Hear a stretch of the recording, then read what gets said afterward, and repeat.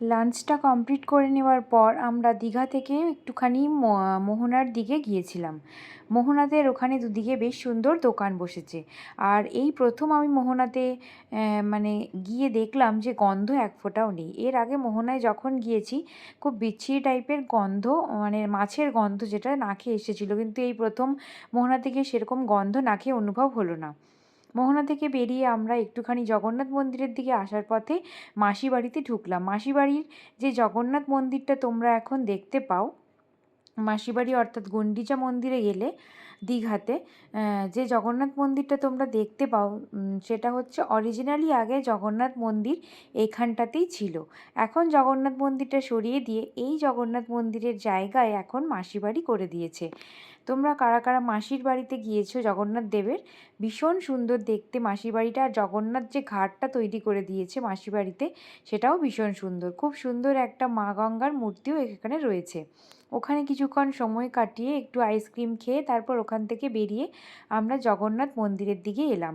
তোমরা কারা কারা দীঘার জগন্নাথ মন্দিরে গিয়েছো? আর দেখো, গাড়িটাকে পার্কিং করে রেখে জুতোটাকেও ওখানে রেখে, জুতো রাখার জন্য ওখানে সুন্দর ফ্রি স্ট্যান্ড রয়েছে। তোমরা ওখানে জুতো রেখে তারপরে হচ্ছে হাতটা ভালো করে ধুয়ে নেবে। হাত ধোয়ারও সুন্দর ব্যবস্থা রয়েছে। তারপরে হচ্ছে ওখানে গিয়ে তোমরা প্রসাদের ডালি কিনে নিও।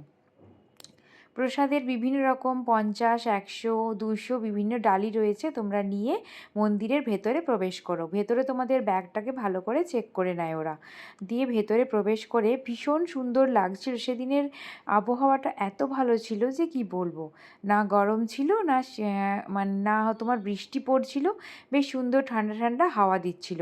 বর্ষাকালে যে একটা সুন্দর মানে বর্ষাকালে যে একটা গুমোট গরম থাকে, সেই গুমোট গরমটা সেদিন একদমই ছিল না।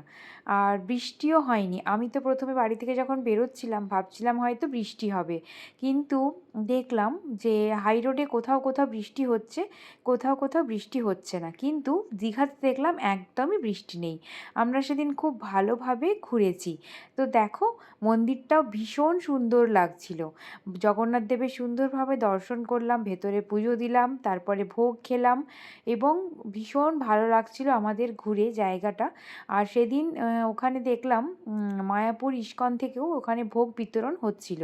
তোমরাও গেলে ওখানে ভোগ খেতে পারো। ভীষণ সুন্দর লাগছিল পরিবেশটা। আর আজকে এইটুকুই।